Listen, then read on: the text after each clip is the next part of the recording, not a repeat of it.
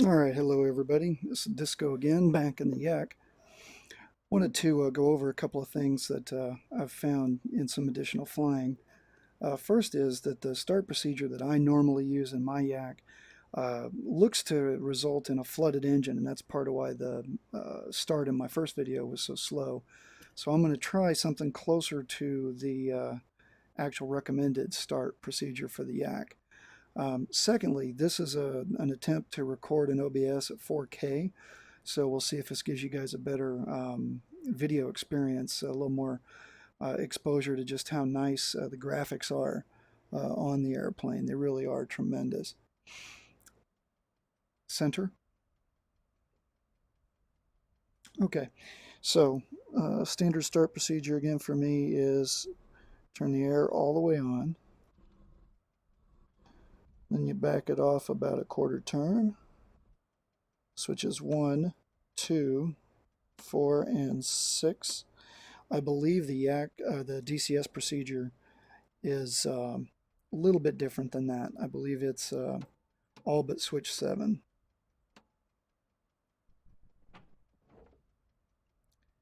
All right, so I think we're ready to start. Center.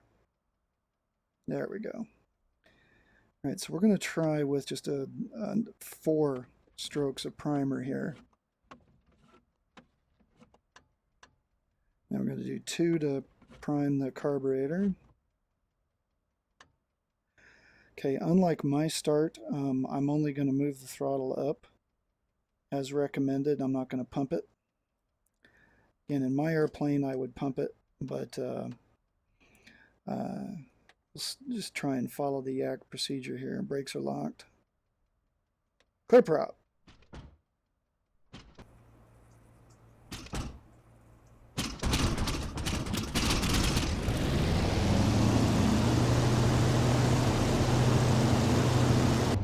Alright, that's a much better start. Far more like the real airplane. Still way too high idle setting there. You can see I'm using 20% of the throttle motion there. I'm getting 50% and just not quite right still. Take it back up to 40. Alright, so while that's warming up, we'll go ahead and catch the rest of our switches.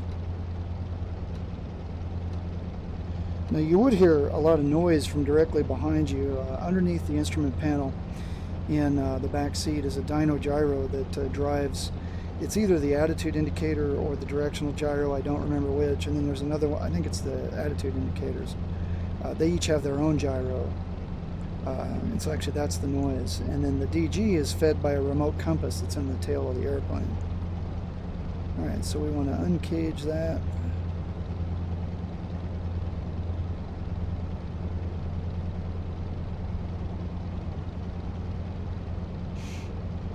Alright, so we know it's not going to warm up correctly.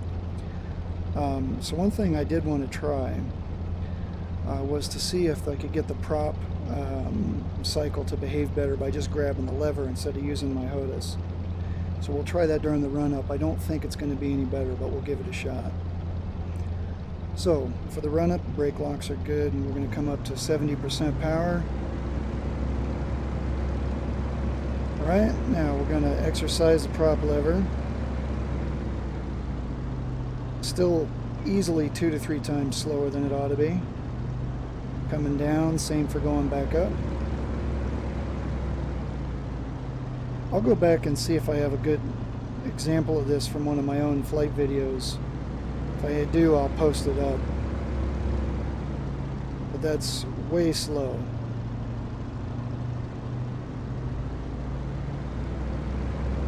Alright, so stabilize. Mag 1, a good drop. Both. Mag 2, good drop. Both. Gonna pull prop back to 60. I'm gonna advance about an inch. And governs, retard about an inch. Governs, good. Prop all the way back up forward. And back to idle. Stays lit, that's always good. And Excel check to 80. Good. Alright. Alright, I believe we are ready to go. So one thing in the real Yak is it's ready to taxi even at idle. Again, that propeller, each blade is about a foot wide, and tip to tip it's almost 8 feet. So it's a very big fan, and it will immediately start pulling the airplane on the ground at anything other than idle, basically. And as I mentioned, in the West, we try and stay at around 40-ish% to stay above the generator switch, just because they're hard to come by. And so, one thing for Yak operators is to watch for ground handling. You've got to be real careful.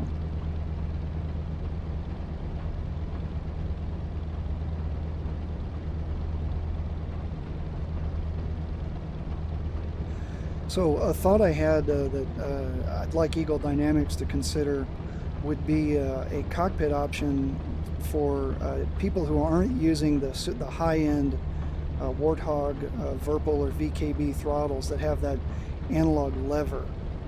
Would be to have a cockpit option that would take the trigger on your average low and mid-range stick and allow it to build the brake pressure instead of just being instant on. It would prevent the brake screeching.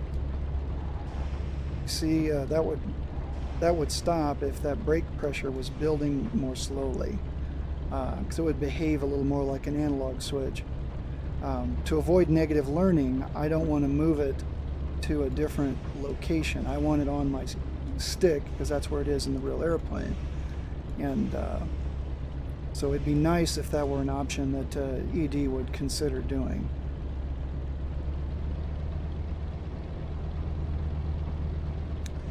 Right, so today I thought I'd go out and do a couple of quick aerobatic figures, and then we'll maybe try and come back for another overhead. See if we can get the landing performance, get a little better review of that, because I feel like there was a lot off on that, and I want to make sure that at least part of it wasn't my technique. And so I've flown a few more landings in the Yak since, and we'll see if that's helped any.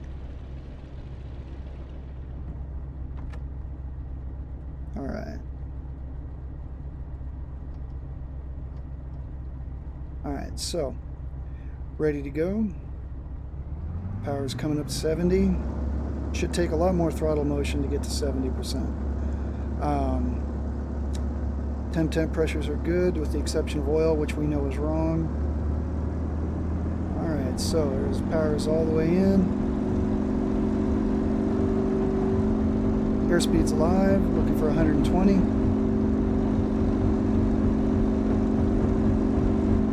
Smooth rotation, gears coming up. Now that settling does not occur in the real airplane. Not anywhere near to that extent.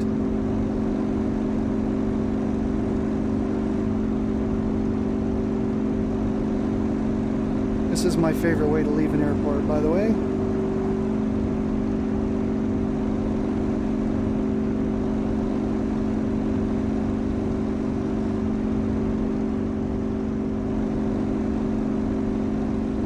That is very accurate. Alright, so we'll start working the prop back towards 82, which is our kind of our max continuous aerobatic power setting. Going to trim for 170 kph climb.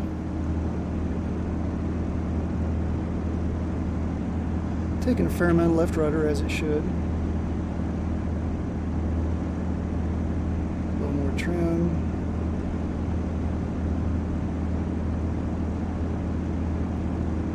So what I thought we would do is we'll climb up. We'll get another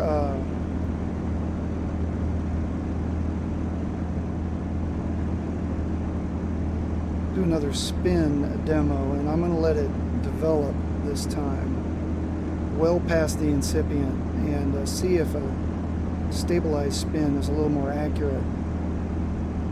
I got to thinking about it the other day, and I may have recovered a little early. And so we'll let it go at least through the incipient phase and into, we'll try and get maybe 3-4 rotations out of it. And we'll see how that goes.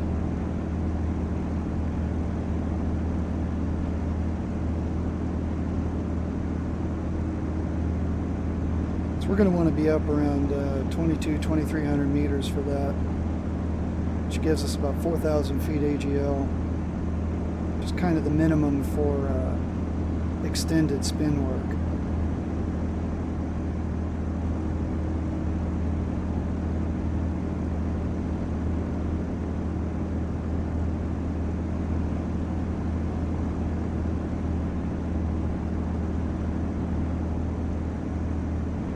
So once again, the sounds are all quite good. One thing I wanted to play with while we're waiting is to see if I could, and you can't.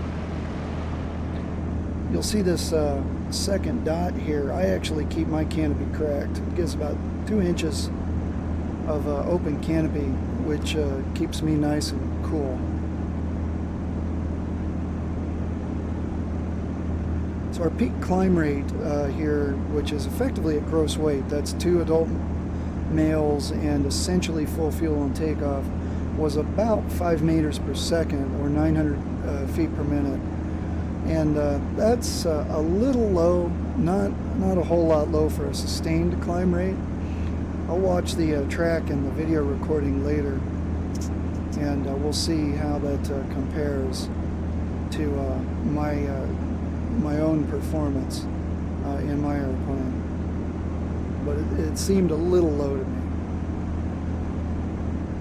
Alright, so we're going to take up an easterly heading. We're going to get up to 2,300 meters, and then we'll level off and start to decelerate. And I'm going to let this develop.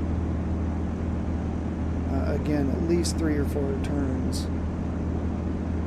We'll kind of see how it goes from there. Alright, so power's coming out, power's coming out. Maintain coordinated flight. Try and stay level, power's coming out. Here's idle. Try and stay level. Cheat a little bit with left rudder. Alright, sticks full back in the center. Full left rudder. Good incipient phase there. There's 2, 3. We're going to give it one more turn, and then we're going to recover.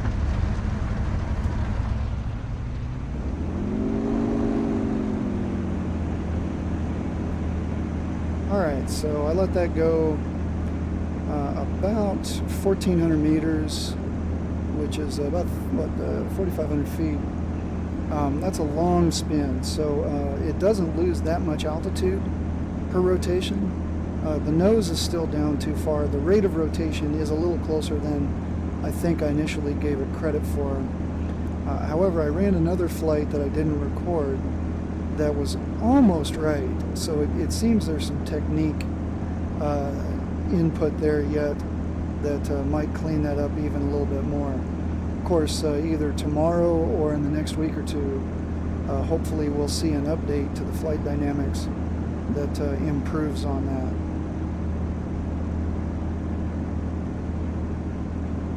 Alright, so we'll kind of head back out to the west, climb back up. The next thing I wanted to do was a quarter clover. And there's 2 types of quarter clover. There's quarter clover up and quarter clover down. So the quarter clover is a rolling loop maneuver where you combine a roll either on the up or down line with a standard loop.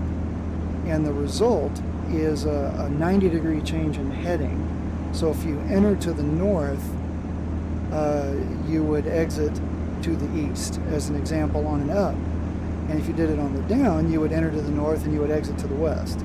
So I'm going to put 2 of them together. We're going to use this street there as our reference line. So what we'll do is, first we're going to trim some of this too much nose up. Alright, so we're going to tip in on this road. So the tip in lets us clear the area. We also put the nose down, which gives us some acceleration. The DCS Yak accelerates just a touch too fast. Which again, there's some things about the model that don't quite make sense. It shouldn't be both too draggy and too clean. So it's 350. Looking for about a 4G pull. 60 degrees nose up. We start an easy left bank, carving it with a little bit of left rudder. Should be wings level as we come through the horizon, and we should be about 90 degrees off on our heading change. And now we're going to pull about 4 Gs. We're going to continue looking for wings level, up over the top, picking up the horizon, torqued off a bit. 60 degrees towards nose down, we're going to start carving to the left, and then we recover back on our original heading, and then back up. So not bad. It does a couple of things a little too abruptly. The acceleration on the down line's a little too good, and the deceleration on the up lines is a little too much. So there's something in the drag model I think can get a little bit better, but those are passable. That you can certainly practice those. There's no negative learning other than the trim issue we've talked about before. So the next thing I wanted to try, and I'll be honest, this is a try, is I want to try a Lamshavak. I've not tried the Lamshavak in the airplane yet, and I've only flown it in my Yak a couple of times, but basically we're going to dive down, we're going to pick up a 45-degree upline, do a couple of rolls to the right, then once we get slowed down, and I think this entry speed for the Yak is 150 or 170 kph, I think. It's full forward stick with the roll still in, and then opposite rudder, so it'll be left rudder. So we're going to see how this goes. We're going to have a nice good reference line here, which is where the 15 comes into Vegas. Okay, so we're tipping in, plenty of altitude, rolling out, center. Alright, so we're pulling up on a 45-degree upline. There we go.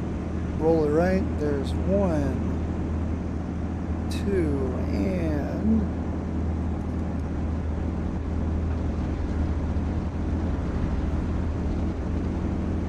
other than the very nice. Other than the engine surge, that was actually pretty good. So as we head back to Henderson here, let's talk about that engine surge a little bit. The Yak has inverted oil and inverted fuel systems. The inverted fuel system, there's actually a collector tank down under the seats. Both of the wing tanks gravity feed that with a little bit of pressure assist. The vents in the Yaks, I believe, put a slight overpressure on the wing tanks. And so anyway, they feed to that tank. The tank has a flip-flop tube in it, and that tank's got enough fuel in it to, I believe, fly inverted for the better part of 3 minutes. So there should be zero hesitation for outside maneuvers and or you know, those disruptions. Similarly, my fuel tanks have not indicated not the current quantity with minor disruptions like aerobatics. I've never noticed them do that.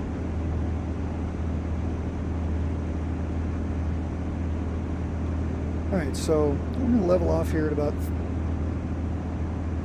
1,300 meters.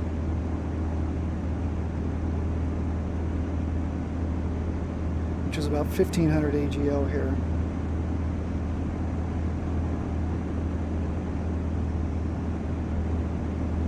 So part of the reason I figured out that my overhead looked low to me the last time was I was using the Navy overhead because I've been flying the DCS Hornet so much.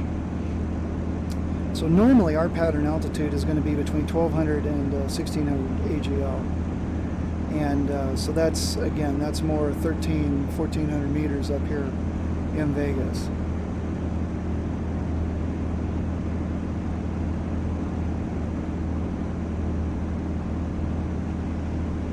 So that definitely looks closer to right.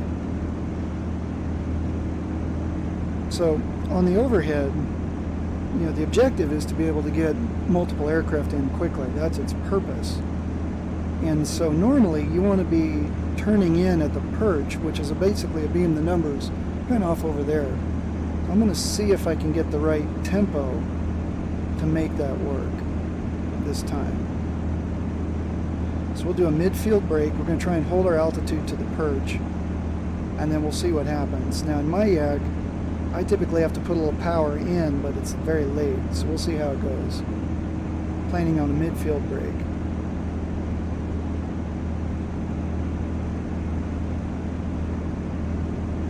Alright, there's midfield and in the brake. So the power comes out, we get a good healthy brake. Now we're only pulling 2 G's here, which is light. There's 200 clicks, the gear's coming down.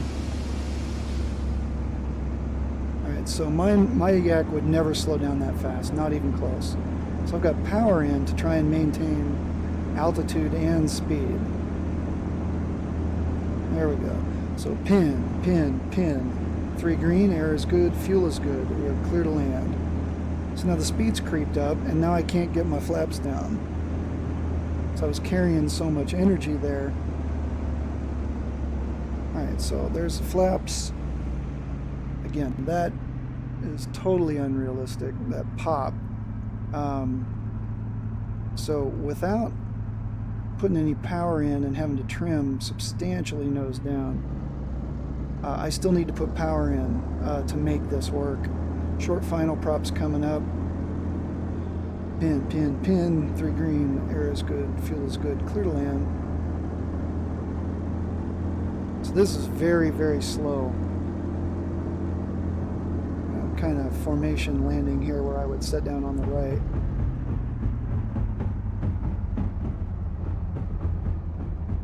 There's that aero braking I talked about. Alright, so once again, the drag polar for the airplane configured is not right, and it's a combination of gear drag, flap drag, and propeller drag, I believe. It got better with the prop up at 100%, but you don't put the prop to 100% till short final.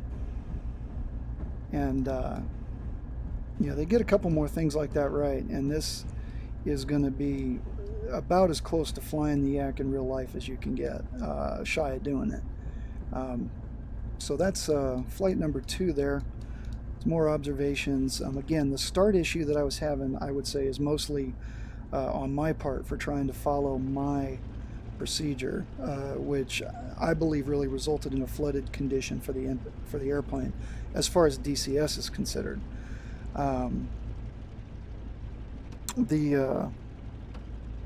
Some of the other things there, gear lock, flaps up, gills are open, start taxiing back. I think that again, some conversations with the guys on the dev team or supporting the dev team, I believe most of these things had already been commented on by their internal test team and just didn't make it out in the initial release build. We'll know if that's the case if tomorrow, Wednesday, if we get a good update, and all of a sudden, you know, a good chunk of these issues are essentially solved instantly just by giving us the more accurate internal build. Shy of that, some of the things that I've been exploring are really fairly hard to simulate correctly because there's a lot of physics involved, both on the liquid physics, which is how the air behaves, as well as physics with respect to center of mass, center rotation, coefficient of lift, and all the other things that from a scientific standpoint become art when we go out and fly an airplane. And so I do want to say that I trust that DCS ED is going to get it right. It's just this is horribly, horribly complex stuff we're talking about now. And trying to replicate that correctly with torque effect and P factor and slipstream and all the other things that go on in a propeller-driven airplane. It's incredibly complex. Given how well DCS models helicopter flight, I believe they've got the technique, the technology, and the talent to make it happen. I just would like it to have been maybe a little bit more close at the beginning, but I definitely look forward to continuing to fly the airplane. So that's it. Disco out.